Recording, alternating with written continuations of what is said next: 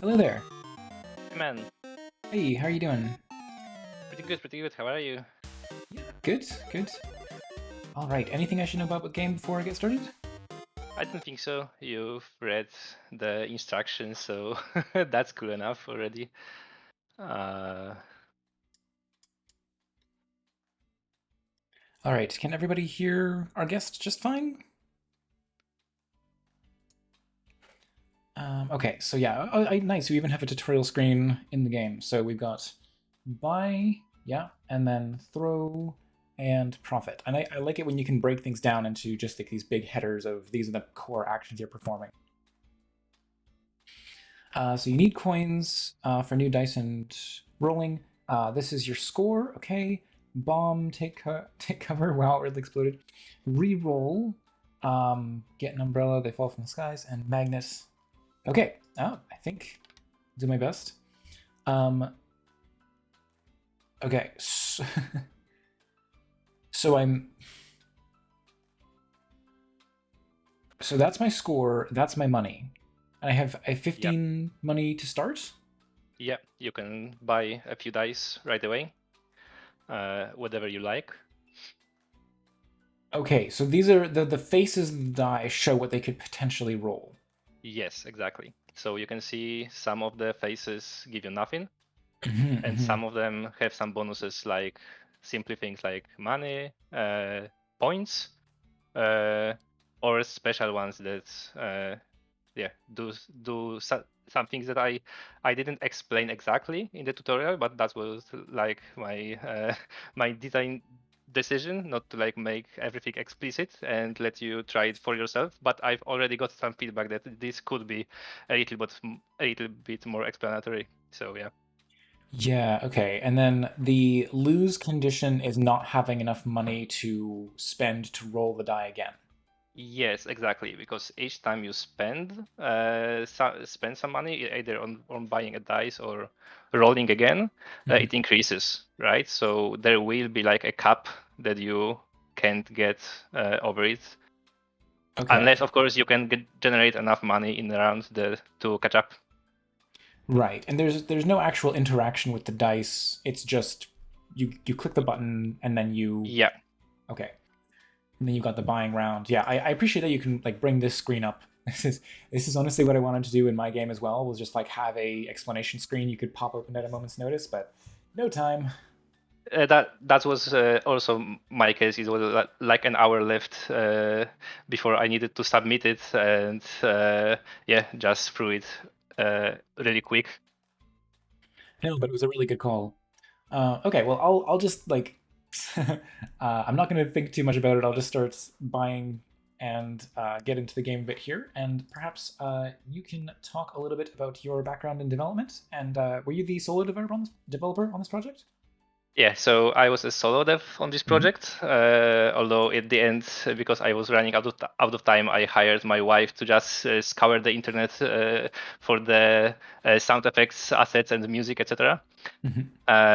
So this is my fourth game jam that I've attended, and it's the first one that I've done solo. I've usually had like a team of four, so it was really stressful to like do everything myself for that one. But yeah, I think it went really well.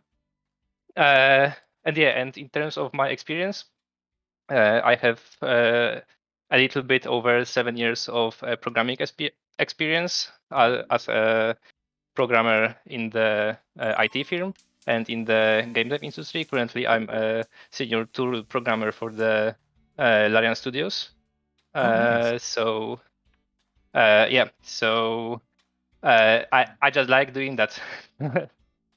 Yeah, that's awesome. I know Larian. In fact, they're working on Baldur's Gate 3 now, right? Yeah, Yeah. exactly. So I'm like a tool programmer there. I'm working for the editor and engine stuff. So mostly for like internal tools and not the things that people actually see.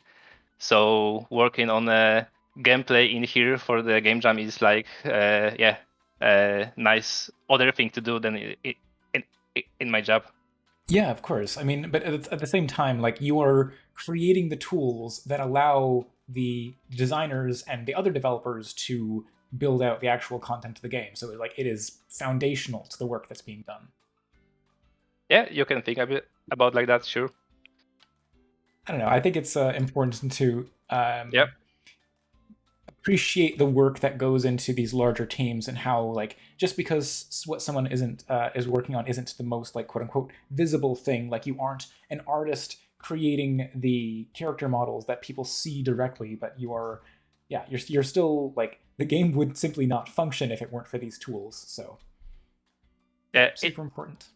exactly. It's always nice that when people are really requesting like some of the tools or some of the additions to the existing tools, and I can like deliver them in like next week or month, and yeah, seeing the happy faces and the appreciation, yeah, that's a really great feeling. Nice. All right. Um, so can you talk a little bit about your inspiration behind this game? Yeah. So, do you happen to know the board game that's called uh, Cubitos? No, I don't Uh, know that one.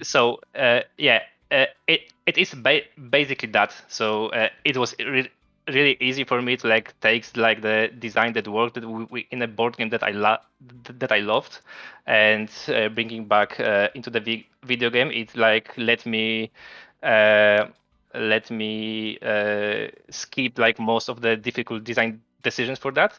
So Mm-hmm. the game Cubitos is basically you have different colored dice which do different things, and you use them to advance on the racetrack against other people. So of course my game doesn't have the race element, but it has those different dice that do different things whenever you roll them. And also yeah, in this game the dice, not all of the faces on the die uh, have something to do with that. Right. uh, yeah, so that was like my main inspiration.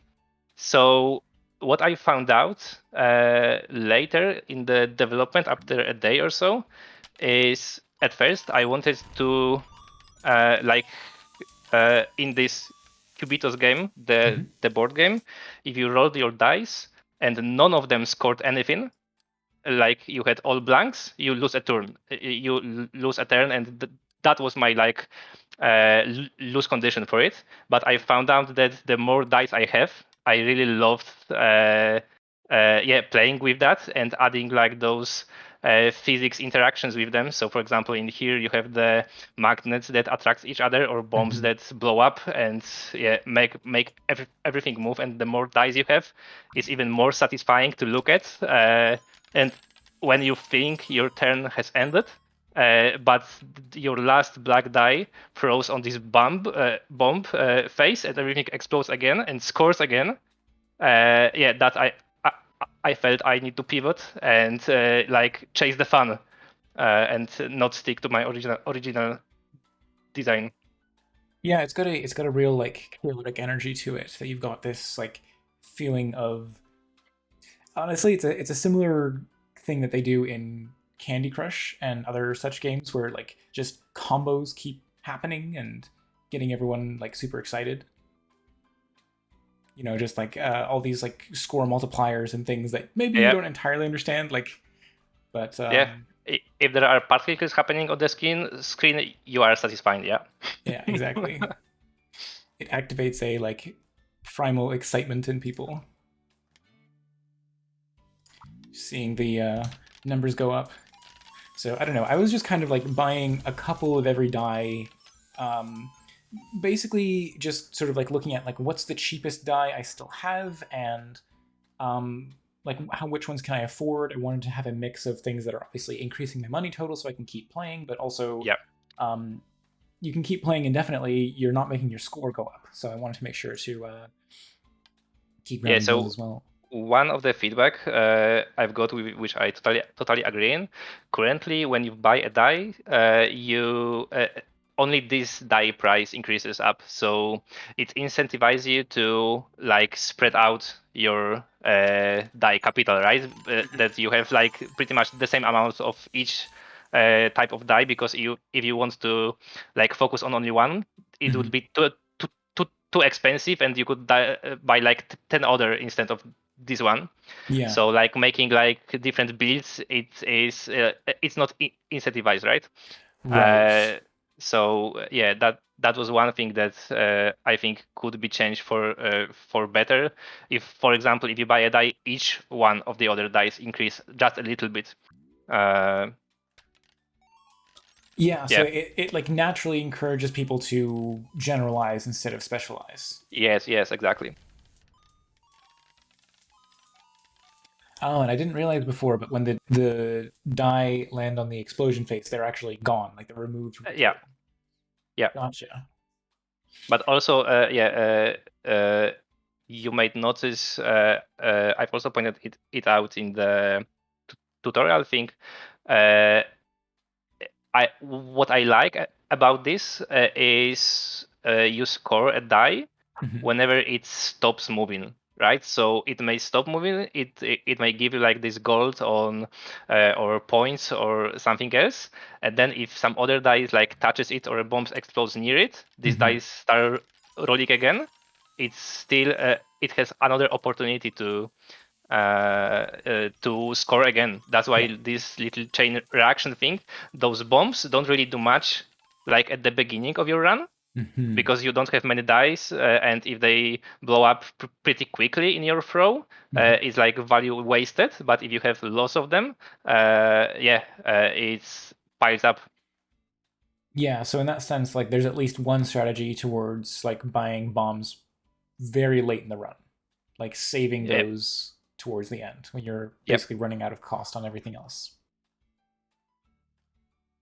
yeah. That's one of some strategies that my friends found out about that and just obliterated my score.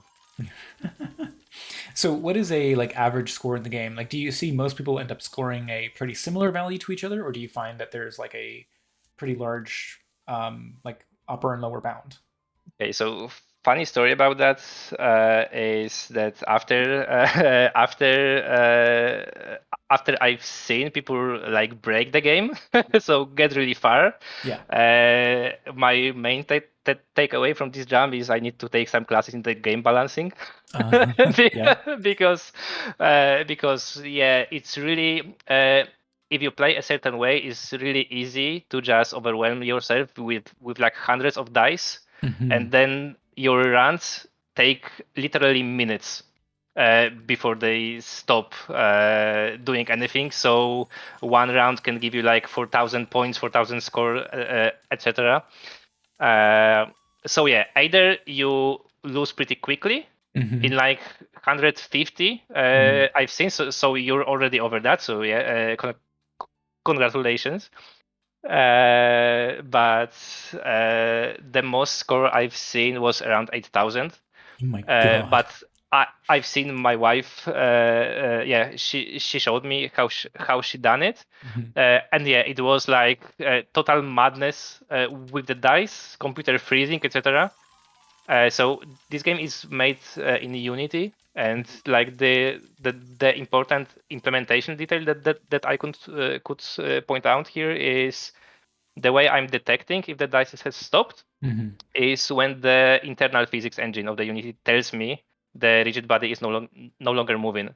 So if Hmm. there is a lot of dice piled up, Hmm. even if none of those is moving, the engine tells me there are, and yeah, it just keeps going, going, going. I do appreciate, by the way, I'm noticing that you've made it so that you can't buy a die and then like realize that you don't have enough money to still throw afterwards. I thought I was clever about that, that yeah, that you cannot screw yourself over. Hmm. But most of the feedback I got that I once again totally agree with is a little bit confusing because yeah, it says that you have enough money to buy it, but you can't. So one of the solutions I've got, of course, only after the jump, Hmm. is to just take the money away before you even try to roll. Uh, so that would like fix everything. You wouldn't even you couldn't screw yourself over like Hmm. you said, and also it wouldn't be confusing that you have the money and you clearly can afford it. Yeah. But yeah, I'm guarding like yeah before yeah just doing It's that. funny because I was going to suggest that exact same solution. Yeah, exactly. But on the other hand, like I got it pretty quick. Like I don't know. I guess it's confusing if you don't understand why it's happening, but at the Yeah, same time you can kind of intuit like, oh, if I do buy this, then I don't have enough to throw. So yeah. yeah, I guess it's like something that might be confusing to players early on, but then again, that like first impression is very important. So what can you I do? mean, it's yeah, it's not that easy to change, right? It's just Hmm. I wasn't aware. Right. Yeah, it's so important to give your game to people before you push it out, right? The Yeah. more of the testers or like feedback you get early on, the better. Absolutely. So can you talk a little bit about the development process behind the game? Well, sure. So, first thing first, I've just realized that I'm going to enter the jam like three hours after the theme was announced. Uh huh. So it was like this super, yeah, it was like the decision. Oh, I don't have anything to do over the weekend, so let's just do it and casually spend 30 hours on it. Oh yeah, just a Uh, casual 30 hours. yeah, yeah, I was pretty tired over that, but yeah, I wanted to give it the best I had.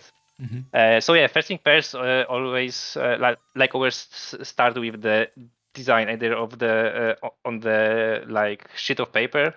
I have like this glass board in my room that I can like draw on, and we brainstorm a little bit with my wife with like this base that we start on this with this Cubitos board game like I've said. So the beginning process was like pretty clear from Hmm. the get go. I knew what I want to do, and I think that drove me to actually join the jam because I if I didn't know, I wouldn't be that motivated to maybe do it. So yeah, with like these initial concepts, I've Hmm. made some tests with Unity, which I haven't touched for like a year or so. If I can make the dice roll, if it's satisfying, if I can de- detect like the sides up, etc. Hmm. So that was like my first day, which is pretty much what you see here without the UI and anything happening with the dice, just different colored dice bouncing with each other. Yeah. And the second day, which yeah, it was like the full 18 hours of work. My wife visited her parents, so I had whole whole house for myself with no one bothering me. Uh, yeah, it was just going all over implementing all of the mechanics, all over all of the sites with some pretty basic art that I drew in GIMP myself, which Hmm. with what you call a programming art. Yeah. Yeah. Uh, and yeah, the last day when everything was working fine, last few hours of the last day was just making sure the UI that isn't looking like a basic Unity UI, Mm. which is like just changed a bit of background colors, etc. Is not Yeah. much, uh, and balancing. Like Hmm. 2 hours or three of just balancing the game, maybe the main issue that I like fixed maybe hour before submitting it was that the dice increased in cost linearly, Hmm. so you could outrun them pretty quickly. Yeah, because yeah, that they were just not increasing in price that quickly. So yeah, I've added like things that okay they increase linearly, but also like exponentially with like a 10% of increase in price every time you throw or use them, Hmm. and that let me like have this ceiling that you cannot get over, which I thought you cannot get over, and then everyone Right. else showed me that you can. It is actually pretty easy. So yeah, game balancing is a hard thing, and I yeah. Uh, all of the designers can be proud of themselves with their work. Oh yeah, very true. I mean, that is as much an issue with my card game as well. Balance, like having time for balance at the end of everything, Mm, right? Like you spend all the time programming and developing the game. It's like, oh, and I have to balance it too. Let's not yeah, forget. yeah, Very important. Yeah, I mean, like my sort of current strategy is I realize that the magnetism and the green dice really like keep a combo going. So I basically exactly. just started investing in a whole bunch of those to try and like keep things alive. Yeah, so I tried to like split the shop in those two groups. One on the left is just giving you the economy, and the Mhm. one on the right keeps the thing going. With yeah, like you've mentioned the uh, yeah, it keeps it moving. Uh, yeah, but well, now you can see. Oh, right. One other thing I wanted to point out about Mhm. the criticism I've got is that uh, it is you are not incentivized really to hold on to money. So Mm. it's like it seems like it's always better to spend everything to get more Mhm. dice pretty quickly, and maybe it could be fun to balance it in a way where you could like the valid strategy would be leave a little bit more money to make it the next throw a little bit safer, right? Because in if in a next throw you won't get enough money for the next throw, you lose. But Yeah, in this case, you pretty much always you pretty much always make up enough yeah to be able to play again. I am noticing we're getting a couple die like wedged on the corners of the screen. You seen that Oh right, happen? yeah. I haven't seen that happen during my testing, but definitely after a few people have played. Yeah, they just stuck in the colliders, and what can you do Yeah, that's just about the that? nature Sure. of physics colliders. Is just yeah, they're not perfect, and they never will be. I Unless it's have 100% deterministic.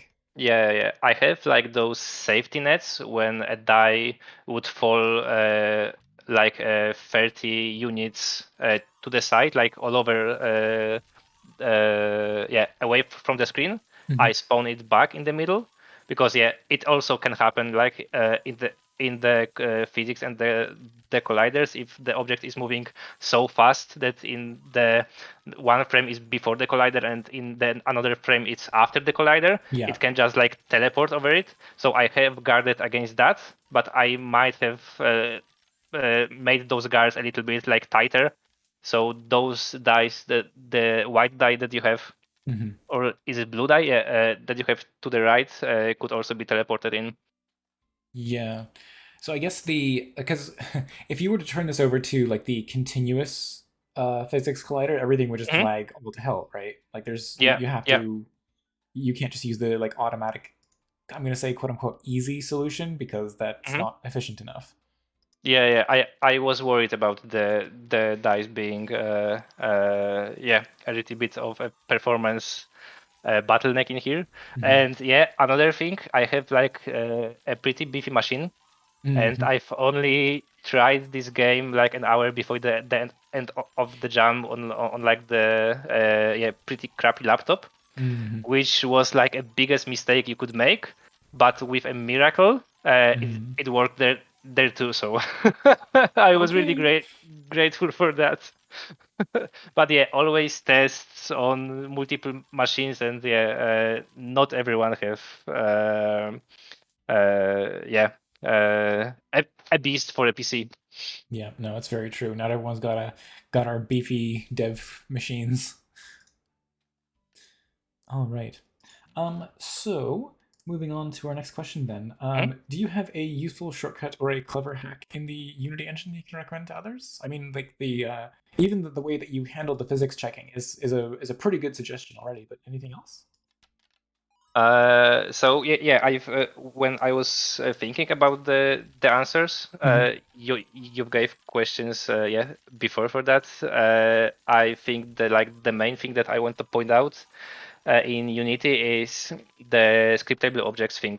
Yeah. So yeah, if you haven't heard of it, like for the viewers, it's like this thing that you can set up in your Unity projects. Uh, you may treat it like a data, right? Hmm. So I made a scriptable object for like every die in here, every side that I have with like every effect.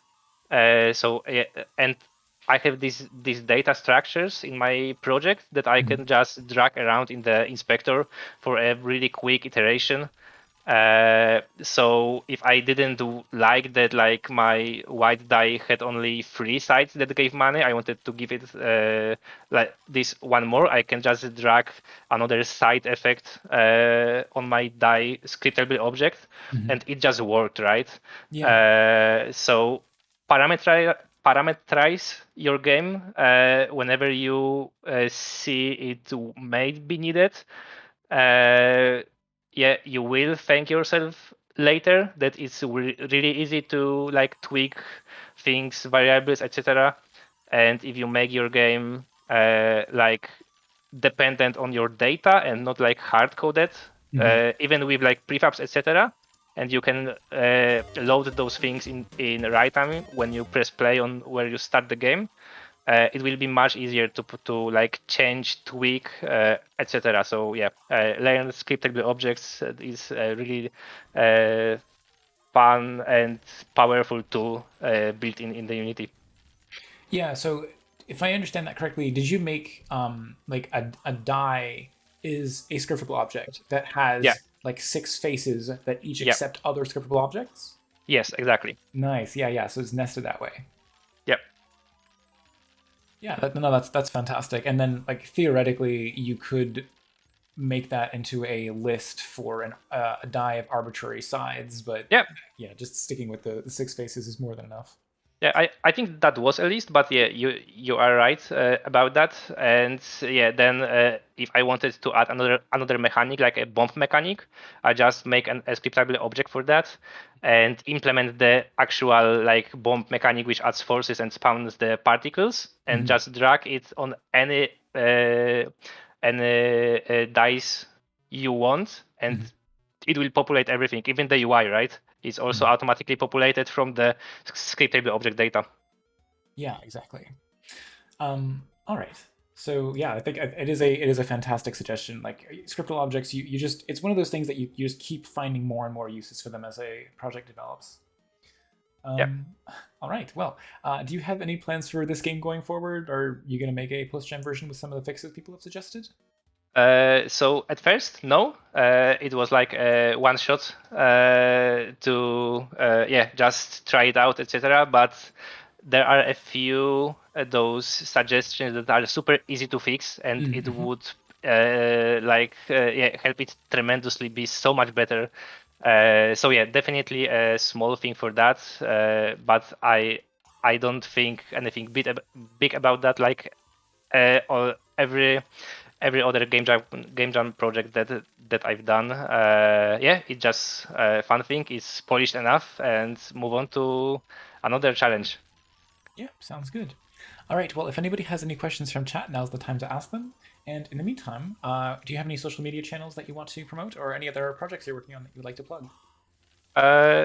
No, not really. Thank you. If anyone enjoyed this thing, I have three other Game Jam games that are just as or even more polished. We had a like I've said, team there working on it. We have an RPG. We have a Mayhem searching thing with flamingos, and and some cute games with otter with otters in it. So Mm-hmm. if you want, check that out. But other than that, no, not really.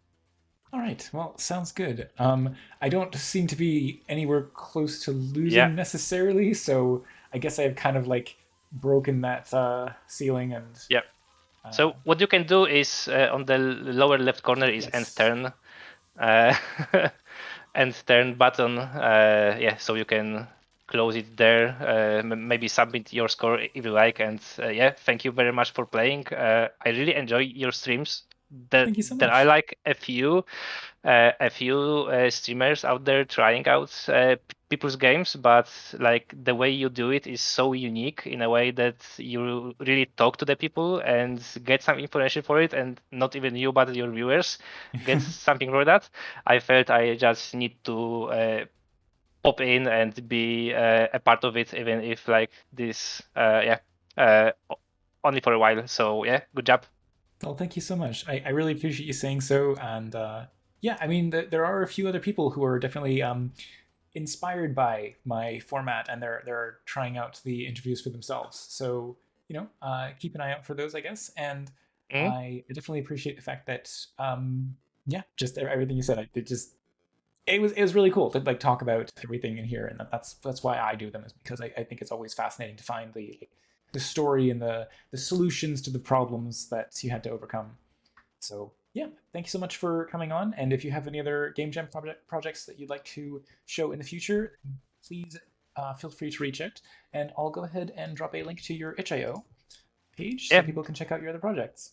Thank you very much. Thank you for having me. And yeah, for everyone, good luck with the jam. And yeah,